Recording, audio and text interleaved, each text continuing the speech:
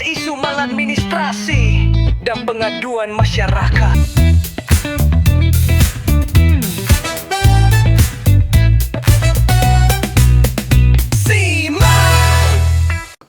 Halo sahabat Ombudsman semua, bertemu lagi kita di Simak Sorotan Isu Maladministrasi dan Aduan Masyarakat. Episode ini merupakan spesial yang kami menghadirkan satu orang yang telah mengabdikan diri dari sejak 2021 sampai 2026 ini di Ombudsman RI. Sekali lagi kami menghadirkan Bapak Indraza Marzuki Rais. Mari Pak, selamat. Waalaikumsalam. Gimana Pak hari ini Pak? Sehat? Alhamdulillah sehat, alhamdulillah. Alhamdulillah, terima kasih semuanya atas undangannya. Nah, ini saya datang khusus, memang undangan khusus dari Bang Hasrul, gitu ya. Host kami gitu ya. Karena apa? Karena memang kalau tadi bilang bukan spesial, memang mengkhususkan, lebih pada mengkhususkan karena ini adalah kalau kita bisa mengatakan ini adalah episode farewell gitu ya. Farewell daripada saya kepada teman-teman baik ombudsman ataupun juga masyarakat. Karena apapun juga tahun ini sebentar lagi insya Allah saya bisa menyelesaikan tugas saya di ombudsman dan mudah-mudahan nanti kita bisa ketemu dengan setelah lain. Betul. Sahabat Ombudsman semua, di kesempatan kali ini, di awal tahun ini kita akan membuka cerita-cerita tentang bagaimana sih proyeksi maupun harapan-harapan kita di tahun yang mendatang. Sekaligus kita akan mendengarkan kisah Bapak Indraza yang akan menuntaskan pengabdiannya di 2026 ini. Kita akan mulai pertanyaannya Pak Indraza dari satu kisah yang satu pertanyaan yang ingin saya tanyakan di awal ini. Perjalanan panjang Bapak di dunia penguasaan pelayanan publik, di dunia yang jalan sunyi dulu di episode sebelumnya kita mengatakan sebagai jalan sunyi penguasaan pelayanan publik ini.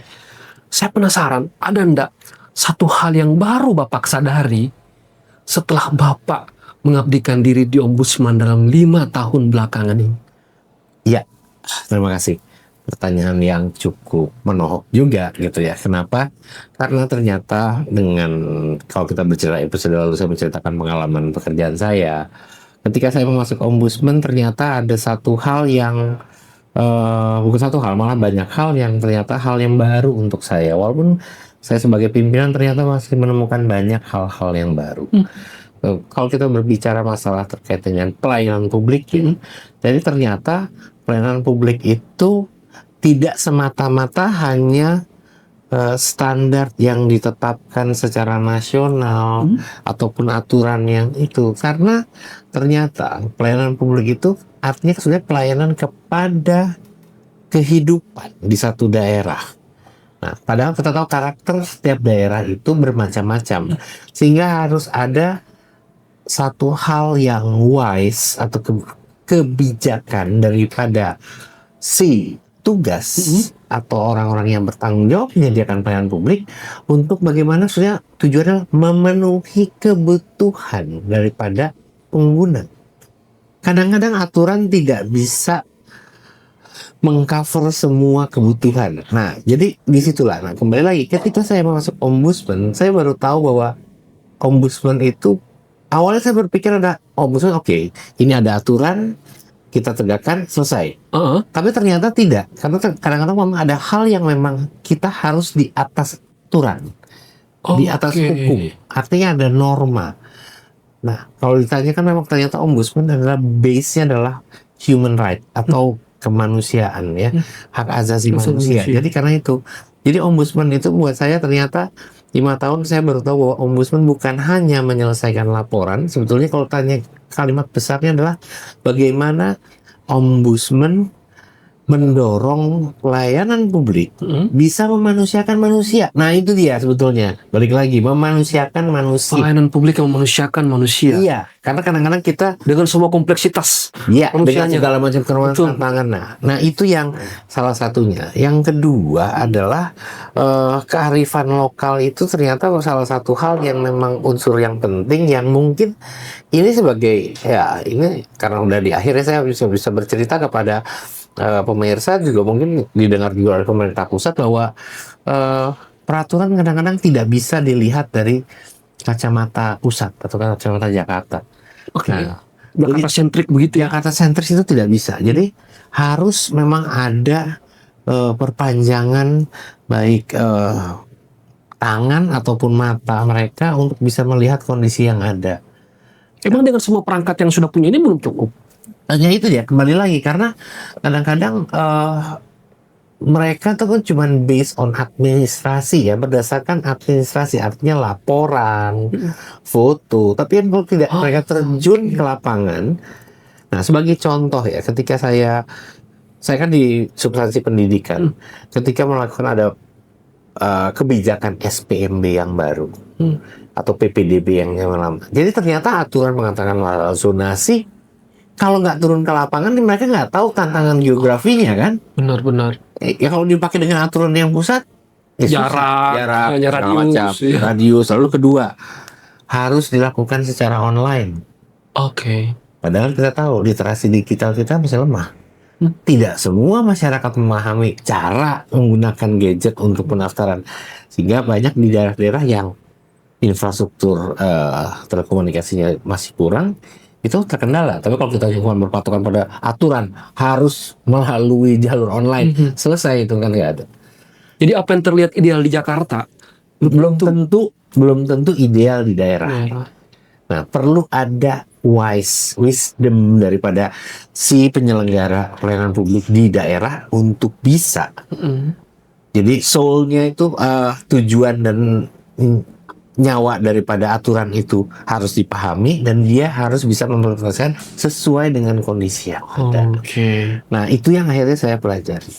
Nah, itu yang memang hal yang baru. Ternyata ada hal yang bisa di atas aturan. Karena beberapa ombudsman juga kadang-kadang bisa menyelesaikan masalah tidak harus berdasarkan aturan. Ada hal yang lebih gitu kan.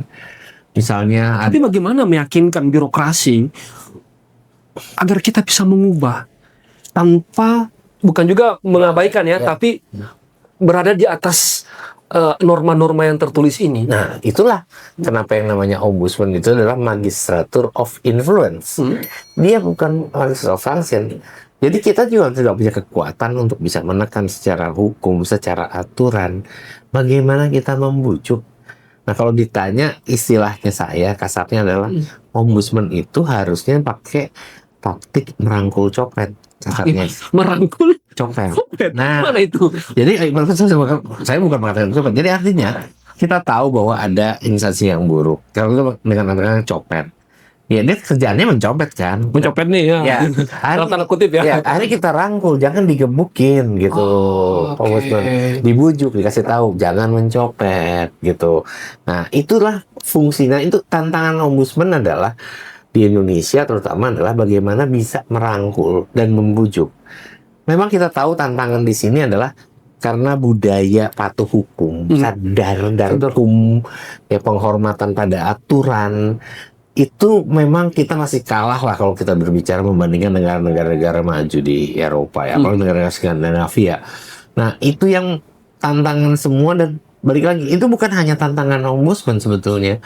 Bagaimana merubah mindset masyarakat ini kerja bersama. Kolaborasi bersama itu. Semua nggak bisa kita bilang ombudsman saja yang menyadarkan Anda menghormati aturan. Ada hal-hal instansi-instansi lain, baik yang mereka punya kekuatan memukul ataupun hanya sedang merangkul atau membimbing. Nah, kembali lagi, jadi jangan melihat satu persoalan ketika ada masalah A gitu, hanya instansi ini, ternyata tidak. Nah, ini yang masalah koordinasi, kolaborasi ini di Indonesia yang masih menjadi tantangan. Kenapa pelayanan publik atau perbaikan pelayanan publik ini belum berjalan dengan optimal. Tapi tadi cara merangkul copet ini ya, Iya. itu secara teknis biasanya kayak gimana trik Ya, triknya. Bapak dalam merangkul copet nih? Ya, pertama kali sebetulnya kalau ditanya kita harus tahu dulu kan. Kalau kasarnya kita bilangnya, Anda tahu kan ini modusnya apa, motifnya apa, caranya bagaimana, sehingga kita bisa mengingatkan. Kenapa kalau nanti biasa kan kalau ada orang melakukan salah kan biasa denying ya, ada penolakan. Iya, benar. Nah, tapi kalau kita sudah bisa mengetahui semua, maka dia kan nggak akan bilang, oke saya nggak begini, nggak bisa, saya tahu loh begini. Nah, jadi kembali lagi, ombudsman keunggulan daripada ombudsman saya lihat adalah bagaimana ombudsman ketika menangani satu masalah, dia cukup dalam, cukup lengkap datanya. Jadi tidak hanya sekedar melihat berita, melihat sekedar data, tapi juga kadang-kadang kita harus turun lapangan untuk melihat kondisi sebenarnya. Jadi buat saya salah satunya adalah keunggulan ombudsman adalah dia cukup deep atau cukup dalam ketika menganalisa satu masalah. Oke. Jadi tadi itu Pak ya, pelayanan yang memanusiakan manusia, Ya. kemudian menghargai ataupun mengetahui lokalitas kekhasan dari setiap daerah, kemudian dengan strategi tadi itu Iya. merangkul Ya, kita tahu dulu. Iya, tidak harus selalu menghukum. Tidak, kita bisa malah kalau ditanya kan karena masalahnya malah administrasi, sebenarnya adalah bukan pelanggaran hukum ya, bukannya, sehingga memang harusnya bisa diselesaikan secara baik-baik. Kalau kita bicara sekarang KUHP atau KUHP yang baru aja, yang namanya restoratif justice malah didorong kan untuk terjadi bukan hanya pemidanaan kan, tapi cukup dengan penyelesaian seperti itu. Jadi balik lagi memang bagus lah negara ini sudah mulai bergeser daripada faham-faham penghukuman untuk itu ya, daripada balik lagi kepada perbaikan. Saya setuju dengan restoratif justice itu yang sebetulnya juga mungkin fahamnya bukan kita namanya bukan restoratif justice, tapi faham kita sama adalah kita melihat pada sisi korban. Melihat dari sisi korban. Iya, jadi artinya kita harus melihat juga dari beberapa pihak, tapi kita juga harus lihat korban. Jadi korban itu harus juga, kalau satu kan juga sama kan, diberikan kompensasi. Benar. Nah, kita akan kita melihat daripada sisi siapa yang dikorbankan dan harus ada balancing. Nah, korban itu belum tentu pengguna. Kadang-kadang instansi juga jadi korban loh, disalah-salahkan terus. Ya kita memang harus membela. Nah, itulah kenapa ombudsman harusnya imparsial. Dia tidak boleh memihak dimanapun. Jadi ada di tengah, karena kita tahu masalah pelayanan publik adalah sebenarnya masalah hubungan antara pengguna dan penyedia. Nah, kita lah di sini. Tengah-tengahnya. Karena kalau kita hanya kepada pengguna, maka ya kita adalah lawyer daripada Masyarakat. Ya. Atau misalnya kita dekat kayak dengan pengacara masyarakat aja. itu, maka kita adalah buzzer atau itu kan ya, Budget dari pelayanan publik. pelayanan publik kan. Nah, kita harus di tengah. Nah, Betul. Nah, bagaimana kita menjaga keimparsialan kita itu salah satu juga yang memang salah satu ombudsman harus terus bangun itu. Oke. Nah, sampai hari ini Bapak, misalnya dalam rapat dengan pendapat dengan DPR atau ketika kami misalnya turun dengan masyarakat, masih ada pertanyaan seperti ini. Ini pertanyaan ataupun pernyataan seperti ini ombudsman kok seperti macan ompong. Pertanyaan saya begini, apakah ombudsman memang harus punya taring untuk menggigit? Ini saya mau jawab serius atau bercanda? Dua-duanya dong. Pertanyaannya adalah ketika ada orang mengatakan, Iya. apakah ombudsman itu seperti macan ompong gitu? Pertanyaannya, Anda pernah melihat macan ompong seperti apa? Saya nggak pernah sampai sekarang, ya. Macan ompong seperti apa? Kalau macan pasti bertaring. Pasti bertaring, nggak pernah saya lihat macan sekuat apapun ada taringnya. Jadi kalau macan ompong itu saya mau lihat dulu, tolong contohkan macan ompong itu seperti apa, ya. Nah, yang kedua itu masalah bertaring kan. Ya kami juga bukan pemangsa gitu kan, balik lagi kata dia. Ya kami harus memangsa, harus memakan, harus menghukum, harus menyakiti. Nah, itu yang budaya yang masih berjalan, mindsetnya adalah senang sekali. Ya kalau bilang istilahnya ya, senang lihat orang susah dan susah lihat orang senang. Nah, itu gitu kan. Jadi mereka senang banget kalau lihat ada orang dihukum, ditangkap. Padahal nggak begitu. Apakah sekarang kadang-kadang kita menghukum ya orang misalnya, oh Anda tidak menjalankan aturan, oh kita hukum, kita sanksi gitu. Anda kita berhentikan atau kita hentikan gajinya. Pertanyaannya masalahnya selesai atau belum tentu. Meski sudah disangsi. Iya, kan hanya sanksi, tapi masalahnya, akar permasalahannya apa sebetulnya? Benar-benar. Nah, balik lagi memang harusnya ada hal yang kembali lagi masalah kemanusiaan, kembali lagi ke human right, hak-hak manusia dan kemanusiaan. kalau kita tidak bisa memanusiakan manusia, ya kita tidak harus jadi ombudsman sih sudah kalau buat saya. Kenapa? Ya karena memang dasarnya itu kita. Oke, baik, Bapak. Ya, dari banyak sekali pendekatan, trik maupun teknik-teknik dalam menjadi ombudsman yang sudah Bapak lakukan 5 tahun ini, saya penasaran, ada enggak Pak satu kasus yang bukan juga Bapak sesali, tapi andaikan Bapak bisa lakukan itu dengan lebih baik lagi, ada enggak kasus itu? Kalau ditanya Laporan itu. laporannya, Ya. kalau tanya dari sekian banyak ratusan laporan, Pasti menyesalkan. jujur bahwa ya manusiawi bahwa saya kadang-kadang sudah tidak puas dengan penyelesaian yang terjadi. Ya, karena memang ada batasan kewenangan juga yang kita miliki. Contoh beberapa misalnya terkait dengan perizinan rumah ibadah. Betul. Secara aturan kami sudah pendekatan kemanusiaan sudah kami lakukan. Tapi kembali lagi kan, kita tidak punya kekuatan yang ada bilang taring lah, memaksa kan. Dan itu yang sampai sekarang belum terselesaikan. Padahal sebenarnya kalau kita lihat sebenarnya sangat simpel saja kalau orang itu mau menerima bahwa ada perbedaan. Jadi memahami lah kalau yang undang-undang dasar masalah keberagaman, kebebasan beragama dan segala macam, ya artinya mereka sudah hidup berdampingan saja lah. Tapi kenapa sampai ada diskriminasi pada satu kelompok etnis tertentu atau agama tertentu? Tapi ya itu saya bilang kan hal yang simpel. Anda sudah ada konstitusi mengatakan ada kebebasan beragama, masalah menghormati. Tapi kok kenapa kenyataannya enggak? Kan sebetulnya paling simpelnya udah ada aturannya, kok Anda nggak mau ikut? Tapi kembali lagi, itulah yang saya kadang-kadang merasa bahwa ada hak-hak manusia yang dilanggar hanya karena ego-ego ataupun juga mohon maaf ya, kepicikan atau kurang wawasannya orang-orang, sehingga untuk aturan yang sudah jelas pun kadang-kadang mereka tidak. Jadi mekanisme formal pun sudah tidak bisa lagi. Walaupun memang sudah mendatangi semua. Ya, misalnya contoh itu terkait dengan pendirian rumah ibadah, kami sampai menghubungi ke pusat, ke Kemenak, kami juga melalui Kemendagri untuk pemerintah daerahnya. Tapi ternyata ya sampai sekarang pun memang belum ada. Jadi buat saya itu satu. Yang kedua adalah mungkin yang saya agak melihat agak miris itu sebetulnya adalah terkait dengan teman-teman marginal. Jadi ada teman-teman marginal kan itu kelompok apa misalnya Pak? Ya, kelompok-kelompok misalnya kelompok-kelompok transgender gitu ya, ataupun juga itu ditangani juga oleh keasinan di yang Bapak ampu. Ya, memang tidak ada laporan, tapi keluhan mereka sampaikan ya, ataupun juga orang-orang yang termarginalkan secara ekonomi. Nah, bisa aja karena status, gaya hidup, karena ekonomi, karena pilihan politik. Nah, ada orang yang termarginalkan karena itu.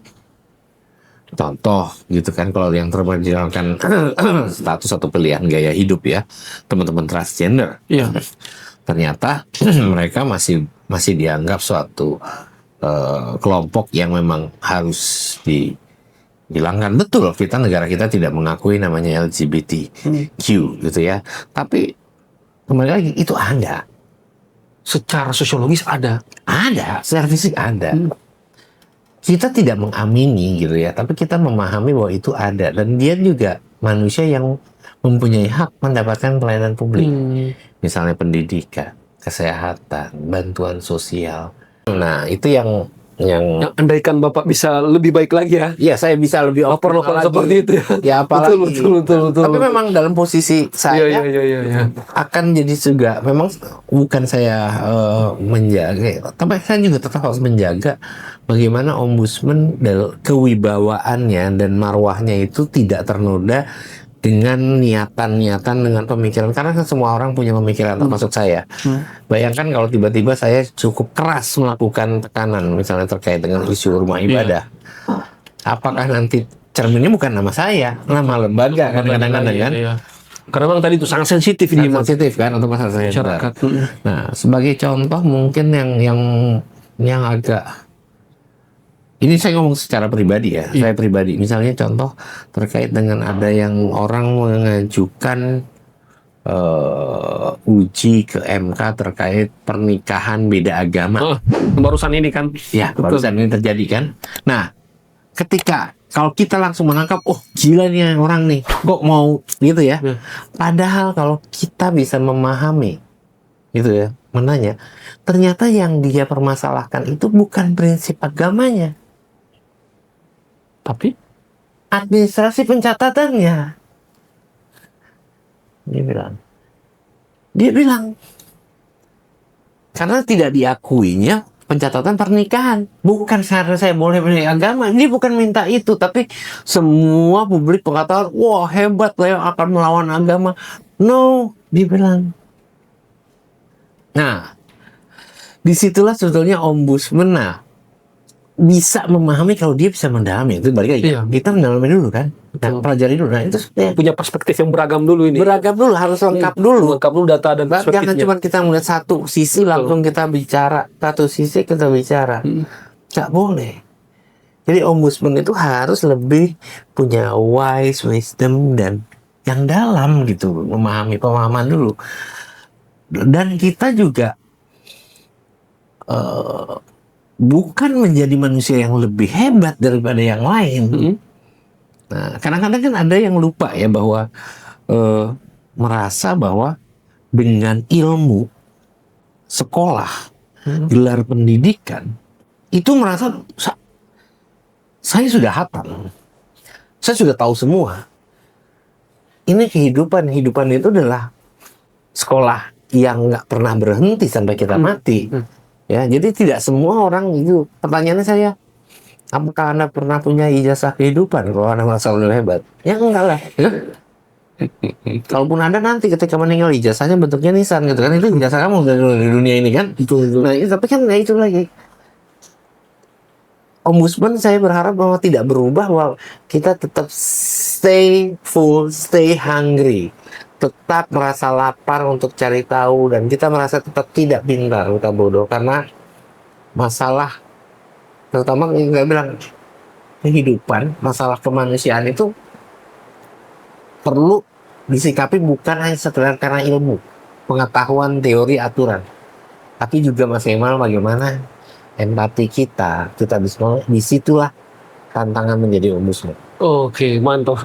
Luar biasa sekali tuh, Bang. Makna yang ada di balik itu ya, di balik kasus-kasus yang Bapak sudah sampaikan tadi. Nah, ini mungkin pertanyaan terakhir, Pak, ke Bapak. Ini sudah di penghujung pengabdian Bapak di Ombudsman di 2026 ini. Sebentar lagi ada pimpinan baru yang akan menakodai Ombudsman RI di 5 tahun depan. Mungkin kami ingin mendengar bagaimana pembacaan ataupun pandangan, mungkin proyeksi dari, sekaligus mungkin juga harapan dari lembaga ini di 5 tahun mendatang. Ya, kalau berbicara masalah ombudsman yang akan datang, sebentar lagi akan berganti. Yang kita tahu bahwa setiap era ternyata menjalani masa-masa yang berbeda. Kami menjalani 5 tahun diawali dengan COVID, pandemi, efisiensi, ya kan? Lalu pergantian pemerintahan, kepemimpinan pemerintahan. Nah, yang baru ini juga pasti akan mengalami tantangan yang bermacam-macam. Bermacam-macam. Saya tidak bisa memprediksi terlalu besar karena jujur saya hanya baru mengetahui 2 dari 9 pimpinan ombudsman akan datang. Yang incumbent ini berarti Pak, incumbent saja ya yang saya tahu. Ya. Nah, tapi kembali lagi bahwa harapan saya adalah mereka adalah orang-orang yang sudah terpilih melalui proses seleksi, dan saya berharap mereka sesuai dengan kompetensi yang mereka miliki masing-masing, itu mereka bisa saling berkolaborasi. Jadi misalnya kalau saya lihat kan ada yang dari akademisi, ada yang dari tenaga ahli, ada segala macam, latar belakangnya cukup beragam ya. Beragam. Nah, keberagaman itulah yang memang harusnya menjadi senjata bagi ombudsman untuk menyatukan keberagaman itu untuk menjadi satu kekuatan besar.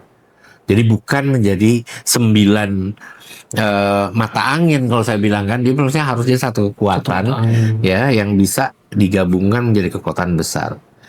Kembali lagi bahwa ombudsman itu harusnya kalau kita melihat ombudsman tadi saya ceritakan di awal adalah melihat bagaimana bukan hanya pelayanan publik tapi memanusiakan manusia.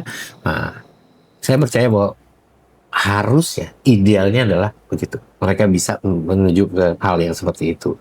Jadi harapan saya adalah mereka itu tantangannya ke depan adalah pemerintahan yang baru saat ini memiliki banyak program-program baru, inisiatif-inisiatif baru. Artinya ada hal-hal yang baru yang mungkin tidak bisa diselesaikan secara cara-cara lama. Ya, misalnya kalau kita masih melihat membagi substansi, oke, misalnya kita berbicara masalah sekolah rakyat.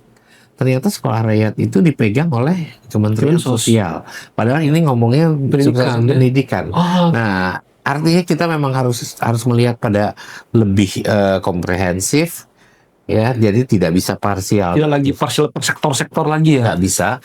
Nah, kalau dengan pengalaman saya dengan membagi ombudsman bersubstansi pengampuan, saya berharap bahwa nanti ke depannya ketika melihat satu laporan, jangan melihat bahwa, sekolah rakyat, itu substansi pendidikan. Nggak bisa. Harusnya dikeroyok bersama dan dilihat dari berbagai aspek. Oke, sebagai satu kebijakan, satu program ya. Satu program. Jadi tidak dibagi berdasarkan, pendidikan hanya gitu ya. Misalnya, guru gitu ya. Guru itu bisa masalah kesejahteraan guru, bisa dalam pengembangan kompetensi guru, iya kan? Iya, bisa pendidikan, bisa kepegawaian. Iya, bisa kan? Nah, itu kan masih macam-macam kan. Nah, hanya harus kita lihat komprehensif. Dia tidak bisa cuma hanya itu urusan Anda. Nah, yang kedua buat saya, harapan saya adalah wajar ketika orang baru masuk ke satu tempat yang baru, pasti mereka sepandai apapun, sehebat apapun, mereka pasti belum mengenal dengan dalam di ombudsman. Nah, saya berharap bahwa teman-teman di ombudsman juga bisa memberikan dukungan untuk bukan mengajarkan karena dia pimpinan ya, tapi juga bisa menjelaskan kepada mereka bahwa inilah ombudsman. Nah, itu kenapa? Karena saya balik lagi berkali-kali saya selalu ngomong bahwa sebuah lembaga yang baik itu harusnya berjalan by system, by rule, by law, bukan by whom. Jadi harusnya berjalan karena sistem. Iya, kalau Anda by whom, maka Anda hanya bergantung pada orang tersebut. Akan tergantung siapa yang siapa itu. Padahal nggak boleh. Lembaga itu lembaga. Jadi berdasarkan aturan sistem yang berlaku di lembaga. Kalau Anda bergantung pada orang, ya kalau arahnya sama. Kalau enggak, kalian yang di bawah yang akan bingung. Nah, dan apa pegangannya? Kalau nggak aturan yang jelas, sistem yang jelas. Karena itu balik lagi. Saya sih punya harapan besar dengan 9 yang baru, karena apapun juga 7 yang baru lah. 7 yang baru, 2 yang lama ini harapannya. Kenapa? Karena mereka artinya punya tenaga baru lah gitu. Mereka punya energi baru lah ya. Jujur saya 14 tahun di KPK dulu, tidak selelah saya 5 tahun di ombudsman. Ya, ternyata tantangannya lebih berat di sini. Tapi apapun juga, kalau saya mau bicara lebih lagi bahwa bukan hanya tantangan, tapi juga ternyata ombudsman adalah sekolah kehidupan juga untuk saya. Saya bisa belajar menjadi lebih manusiawi. Kalau dulu saya di KPK kerjanya takut aja lah, atau takut-takutin aja. Nangkep aja. Ya kan ya. Nggak usah pencegahan, saya takutin. Kalau kamu nggak ikut, saya tangkap teman saya kan. Nah itu kan, tapi kan tidak kan. Nah, bagian saya berubah pada saat pendekatan. Ya, saya bisa lebih manusiawi kepada hubungan dengan orang lain. Lalu juga saya mempunyai keluarga baru, keluarga yang yang ternyata baik-baik kalian. Tapi balik lagi nggak cukup hidup baik gitu kan, jangan naif gitu kan, karena apapun juga. Jadi harus apa dong kalau bukan hidup nggak cukup hidup baik? Ya kita baik tapi jangan naif, kalau saya bilang. Jadi hidup itu tidak hitam dan putih. Iya. Kadang-kadang bisa abu-abu, kadang-kadang berwarna, kita tidak tahu. Jadi jangan melihat bahwa ini hitam dan putih gitu ya. Oh kalau ini nggak bisa, ini harus hitam. Nggak bisa. Kita memang fleksibel melihat kondisi iya, tapi tetap menjaga idealisme dan integritas. Ya, karena ini farewell dan terakhir edisi khusus, ya mohon maaf kalau tidak ada celetukan yang aneh-aneh, gitu ya. Karena saya juga terkenal mungkin ya. Ya sahabat teman Pak Indra Zain terkenal juga dengan celutukan-celutukan dan jokes punchline-nya yang Ya mungkin ya itu saya bilang kan balik lagi bahwa ya mungkin quote saya penutupnya adalah yaitu saya bilang kan, saya udah sebutkan kemarin ke teman-teman bahwa tetaplah berbuat yang benar, karena walaupun yang benar itu kadang kalah, tapi yang benar nggak pernah salah. Nah artinya kita tidak pernah salah walaupun kita kadang-kadang tidak harus menang gitu. Dan yang kedua adalah ini cuma sedekah jokes, saya cuma bilang bahwa kepandaian itu ada ukurannya. Kepandaian itu kecerdasan ada ukurannya. Ada IQ kan, ukur IQ berapa kan. Tapi kalau kebodohan tuh unlimited. Ya kan? dan itu bahayanya. Itu bahayanya. Itu bahayanya. Karena unlimited itu yang bahaya kan, nggak pernah ada yang terukur kan. Jadi ya cobalah sedikit cerdas lah gitu kan ya. Jadi bukan berarti kalau Rocky dulu ngomong dia selembar ijazah apa itu membuktikan hanya sekolah, betul. Bukan berpikir. Jadi kita harus membedakan antara sekolah dan belajar. Jadi orang bisa pergi ke sekolah tapi belum tentu dia belajar. Dia cuma pergi aja menggugurkan kewajiban, selesai dikerjakan ulangan, tapi dia nggak belajar gitu. Belajar itu kan lebih masukan gitu.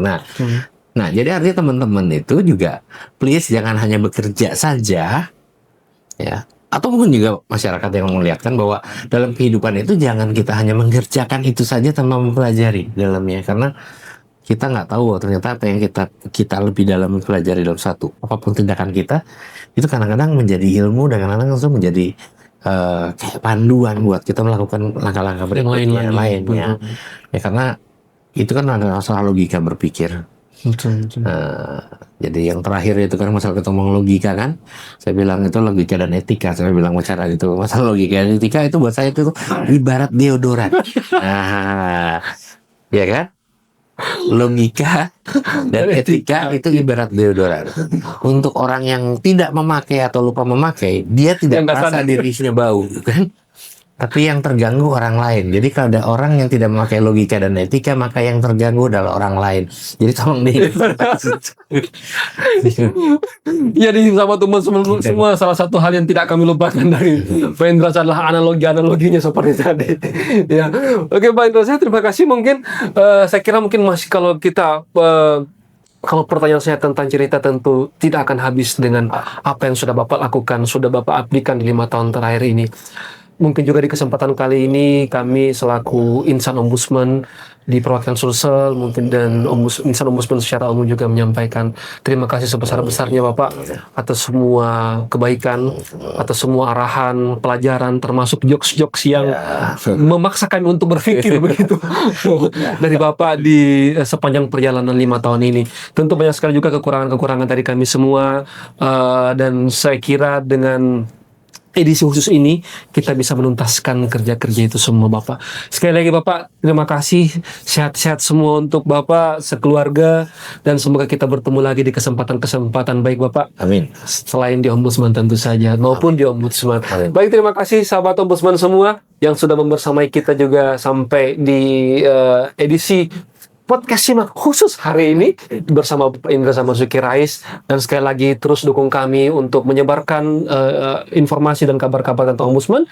Jangan lupa untuk terus like, komen, dan subscribe. Dan jika sahabat Ombudsman semua mengalami ataupun melihat adanya maladministrasi, jangan lupa untuk melapor di semua kanal-kanal yang telah kami sediakan. Sekali lagi terima kasih Bapak, sehat selalu untuk kita semua. Assalamualaikum warahmatullahi wabarakatuh.